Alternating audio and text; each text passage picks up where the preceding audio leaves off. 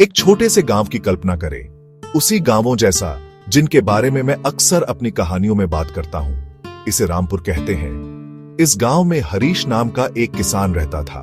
सालों से हरीश अपनी जमीन जोत रहा था। उसका भाग्य मॉनसून की मर्जी पर टिका था। कुछ साल अच्छे होते थे, बाउंटीफुल हार्वेस्ट से भरे होते थे, जो उसके परिवार के चेहरों पर मुस्कान लाते थे। दूसरे साल बहुत क्रूर होते थे। उसके पास जमीन का एक छोटा सा टुकड़ा था, लगभग 3 एकड़, जो बैरन था। उससे धूल और डिस्पेयर के सिवा कुछ नहीं मिलता था। फिर एक दिन एक आदमी क्रिस्प शर्ट में रामपुर आया। उसने एक नए तरह की फार्मिंग की बात की। उसने सोलर पावर प्लांट्स के बारे में बात की, गेहूं, चावल और सनलाइट की। उसने कहा कि यह बैरन लैंड एक स्टेडी इनकम का सोर्स बन सकती है, पैसों की एक नदी नहीं, खुद सूरज से बहती है। हरीश स्केप्टिकल था। उसने गांव के चौक में फुसफुसाहट सुनी थी, उन स्कीम्स के बारे में जो चांद का वादा करती थीं। शहर का आदमी परसिस्टेंट था। उसने चार्ट्स और पेपर्स बिछाए, गवर्नमेंट सब्सिडीज और इलेक्ट्रिसिटी के लिए गारंटीड पेमेंट्स के बारे में बात की। वादा टेम्पटिंग था। हर महीने एक फिक्स्ड इनकम 25 सालों तक, यह स्टेबिलिटी का वादा था। हरीश ने लीप लेने का फैसला किया। उसने लोन लिया, पेपर्स पर साइन किए और अपनी बैरन लैंड को बदलते हुए देखा। रोज पर रोज शाइनी ब्लू पैनल्स। कुछ ने उसे मूर्ख कहा, कुछ ईर्ष्या किए, और हरीश नर्व्स से भरा था। तो यह सोलर पावर प्लांट क्या है जिस पर हरीश ने अपना फ्यूचर दांव पर लगाया? आइए इसे सिंपल टर्म्स में समझें, बिना किसी कॉम्प्लिकेटेड साइंस के।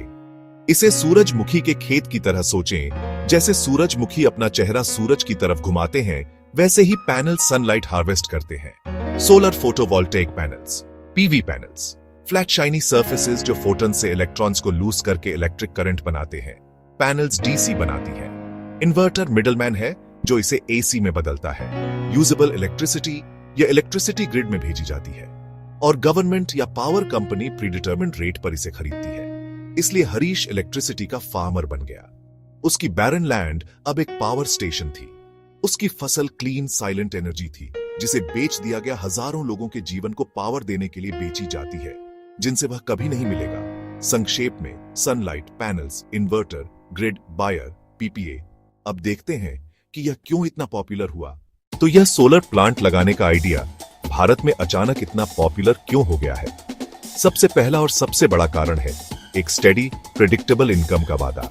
यह ऐसा है जैसे आपके पास एक किराएदार हो जो 25 साल तक फिक्स्ड रेंट देने का वादा करे। आप एक लॉन्ग टर्म कॉन्ट्रैक्ट साइन करते हैं, अक्सर 25 साल के लिए। पीपीए नाम से दूसरा कारण, पैनल्स की कीमतें गिर गई। मैस प्रोडक्शन और टेक्नोलॉजी से कॉस्ट्स नीचे आए। जैसे मोबाइल फोन्स अफोर्डेबल हुए, वैसे ही सोलर पैनल्स भी एक्सेसिबल बन गए। तीसरा कारण, क्लाइमेट चेंज और पोल्यूशन की चिंता। सोलर एक क्लीन ऑल्टरनेटिव है। कई इन्वेस्टर्स के लिए यह फाइनेंशियल डिसीजन के साथ साथ एथिकल भी है। एक स्टेबल इनकम, फॉलिंग कॉस्ट्स और पॉजिटिव एनवायरमेंटल इंपैक्ट मिलकर इस बूम को ड्राइव करते हैं। आइए देखें कि सरकार ने कैसे इस मोमेंटम को एक्सेलरेट किया। भारतीय सरकार ने इस सोलर स्टोरी में एक पावरफुल कैटलिस्ट की भूमिका निभाई है। एम्बिशियस नेशनल टारगेट्स और स्पष्ट पॉलिसी ने इन्वेस्टर्स को स्ट्रॉन्ग सिग्नल भेजा। सब्सिडी सरकार द्वारा दी जाने वाली डिस्काउंट है। उदाहरण के लिए 1 लाख की कॉस्ट में से 30,000 सब्सिडी हो सकती है। पीएम कुसुम जैसे स्कीम्स छोटे किसानों के लिए गेम चेंजर रहे। सोलर पंप्स और small ground mounted plants earning को रिन्यूएबल्स के लिए लेंडिंग में इंकरेज किया गया।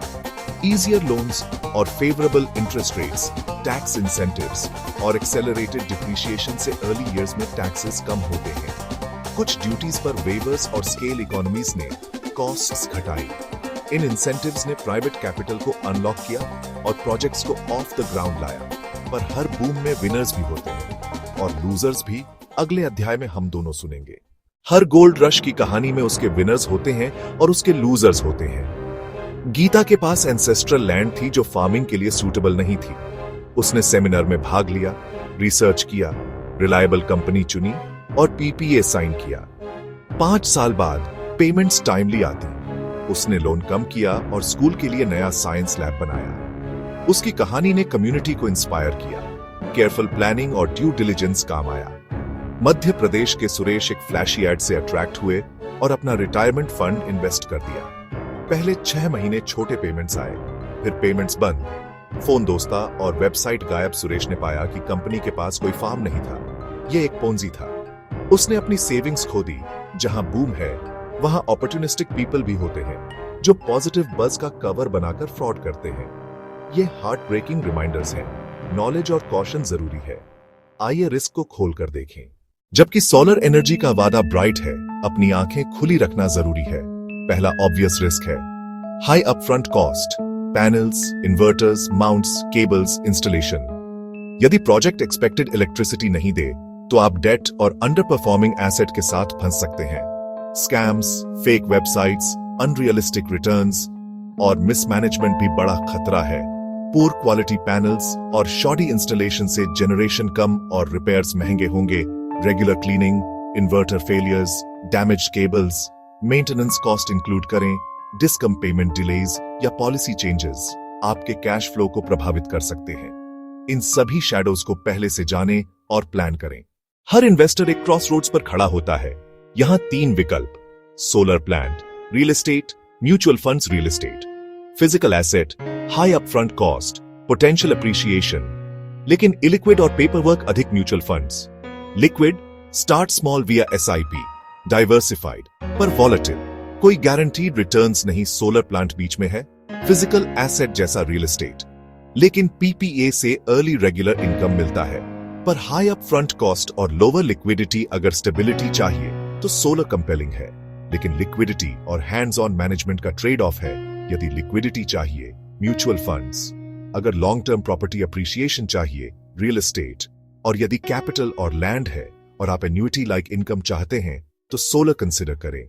सुनिए एक्सपीरियंस की आवाजों को। मैंने एक्सपर्ट से पूछा। श्री वर्मा बोले, हाई रिटर्न्स के वादे से अंधे मत हो जाना। अपना मैथ खुद करें। Panels, inverter, land, insurance, annual maintenance सब शामिल करें। एक अच्छा प्रोजेक्ट आमतौर पर 12-15% दे सकता है। 30-40% वादे पर सावधान रहें। सुश्री शर्मा, कभी भी सारे अंडे एक टोकरी में न रखें। डाइवर्सिफाई करें। जसविंदर सिंह, क्वालिटी सब कुछ है, सिर्फ सबसे सस्ता मत चुनो। कंपनी से रेफरेंसेस मांगो, प्लांट्स जांचो, ओनर्स से बात करो।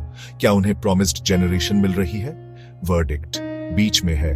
यह जेन्युइन अपॉर्चुनिटी भी है और पिटफॉल्स भी हैं। सूरज की ओर चलें, लेकिन देखें कि आप कहां कदम रख रहे हैं। अगर यह वीडियो मददगार लगा हो तो सब्सक्राइब करें और अपना होमवर्क करें।